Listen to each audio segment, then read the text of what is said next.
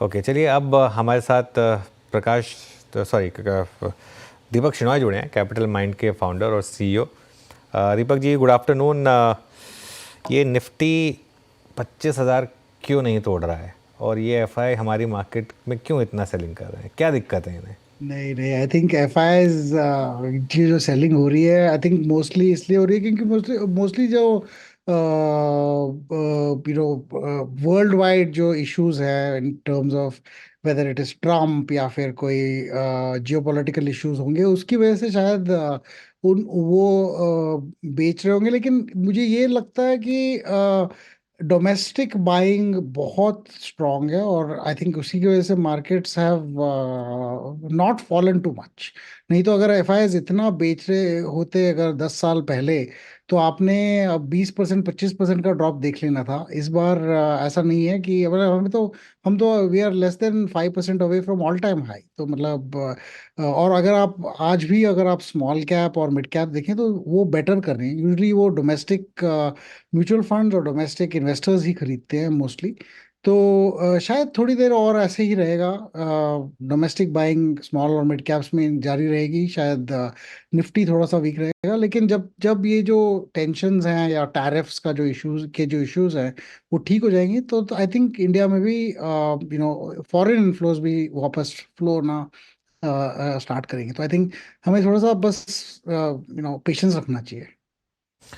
ठीक है, पेशेंस रखते हैं, फिर थोड़ी सी पेशेंस ही काम आएगी। अच्छा, ये इस समय जो मार्केट पार्टिसिपेंट या मार्केट इंफ्रास्ट्रक्चर से रिलेटेड स्टॉक्स हैं, उनमें हमने मैसिव रैली देखी है। बीएसई ने लीड किया उसको, लेकिन सीडीएसएल, एंजल वन, कैम्स, इनमें सब में मैसिव मोमेंटम।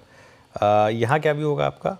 हाँ, यहाँ पे जैसे हम तो बहुत बायस्ड हैं अनुज जी, बिकॉज हम भी इसी इसी धंधे में हैं, इसी इसी इसी में हमारा कंपनी चलता है। तो हमें ये लगता है कि एसेट मैनेजमेंट, वेल्थ मैनेजमेंट, डिपॉजिटोरीज, आरटीएज और एक्सचेंजेस, इनमें जो ग्रोथ होगी नेक्स्ट 10 ईयर्स में, वो आई थिंक बहुत ज़्यादा होगी। इंडिया देखें तो रिलेटिवली अंडर फाइनेंशलाइज्ड है। आपकी सबसे ज़्यादा सेविंग्स जाती हैं वो सिर्फ फिक्स डिपॉजिट में जाती हैं। लेकिन अगर आप बाहर वाली कंट्रीज देखें, फॉरेन यूएस देखें या कोई और डेवलप्ड कंट्री देखें, वहाँ पे सबसे ज़्यादा इन्वेस्टमेंट्स म्यूचुअल फंड्स या फिर मार्केट्स में जाती हैं। लोग अपने रिटायरमेंट के सेविंग्स भी मार्केट्स में ही डालते हैं। तो उस वजह से वहाँ पे मतलब ट्रांजैक्शन वॉल्यूम्स इतनी ज़्यादा हैं कि अगर उनके आप टॉप 2 स्टॉक्स ले लो, उनके पूरे दिन का turnover is greater than India's total market turnover. तो हम अभी छोटे हैं और हम बड़े होंगे, और जैसे जैसे बड़े होते जाएंगे, ये जो फाइनेंशियल इंफ्रास्ट्रक्चर वाली कंपनीज हैं, इनकी बिजनेस इनका जो बिजनेस है वो ग्रोथ नॉर्मलाइज्ड ही बहुत ज़्यादा होगा। और वैसे जैसे इंडिया अपने पर कैपिटा इनकम जो अभी 2,700 या $2,800 की है पर कैपिटा, वो भी 4,000 5,000 हो जाएगी। और उस ग्रोथ में अगर लोग सेव करना स्टार्ट करें और उस सेविंग्स को मार्केट्स में ले आएं, तो वो जो इतनी आज की जो इंडिया की टर्नओवर है वो आई थिंक 4x 5x हो जाएगी नेक्स्ट 10 ईयर्स में। तो इस वजह से आई थिंक इन स्टॉक्स में अभी बहुत इंटरेस्ट है। काफ़ी एक्सपेंसिव भी हैं काफ़ी वाले स्टॉक्स, और लोग ये भी इंतजार कर रहे हैं कि जो बड़ा एनएससी का आईपीओ आएगा, तो वो भी आई थिंक उसके लिए भी डिमांड काइंड ऑफ प्रेडिक्ट किया जा रहा है कि बहुत अच्छा होगा। आई थिंक लॉन्ग टर्म में ये स्टॉक्स एक तरह से डिफेंस की एक स्टोरी है इंडिया की, और दूसरी तरफ है फाइनेंशियल इंफ्रास्ट्रक्चर की। आई थिंक दोनों बहुत स्ट्रॉन्ग थीम्स हैं। दीपक जी नमस्कार, वीरेंद्र बोल रहा हूँ। एक दो थीम और अच्छा कर रही हैं और स्क्रीन पे वो है हेल्थ केयर स्पेस। एक बहुत ही डिसाइसिव मूव, और ये फार्मा में तो नहीं है लेकिन health care is doing well. सारी scripts all time high trajectory पे ट्रेड करते हुए, इस पर आपका टेक या फिर कुछ इंक्लूड किया हो आपने इसमें?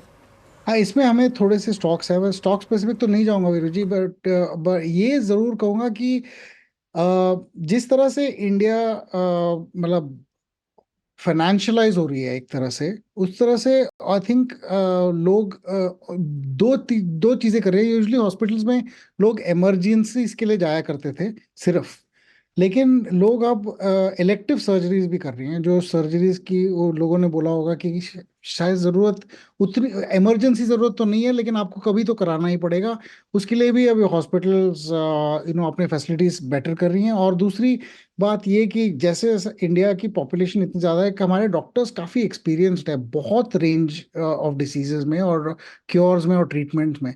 इसके लिए लोग बाहर से भी आते हैं and medical tourism is a big thing.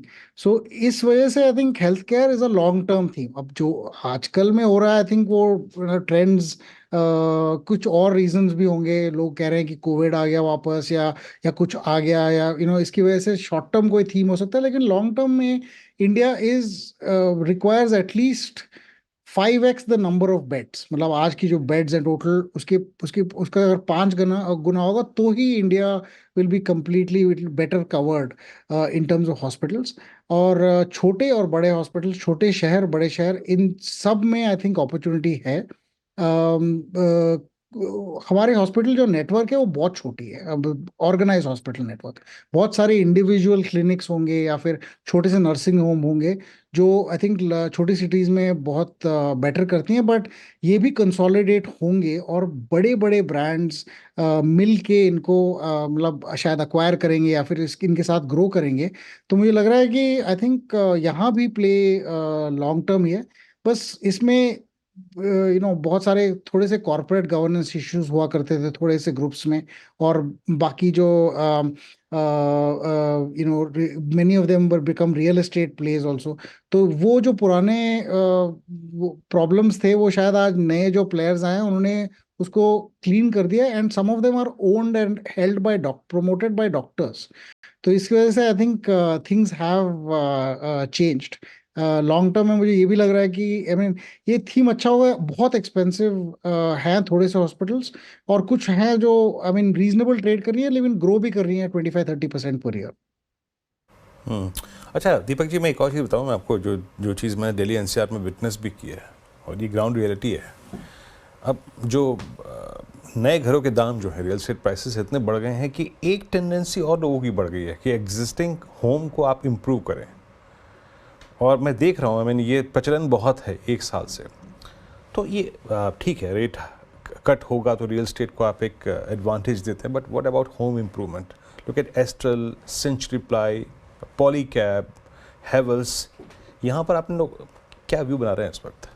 इसमें एक्चुअली प्रीमियमाइजेशन का बड़ा अच्छा थीम है धीरेन्द्र जी। एक्चुअली क्या हुआ है कि पहले जो घर बनते थे उस पे एक तरह का टाइल लगा करता था।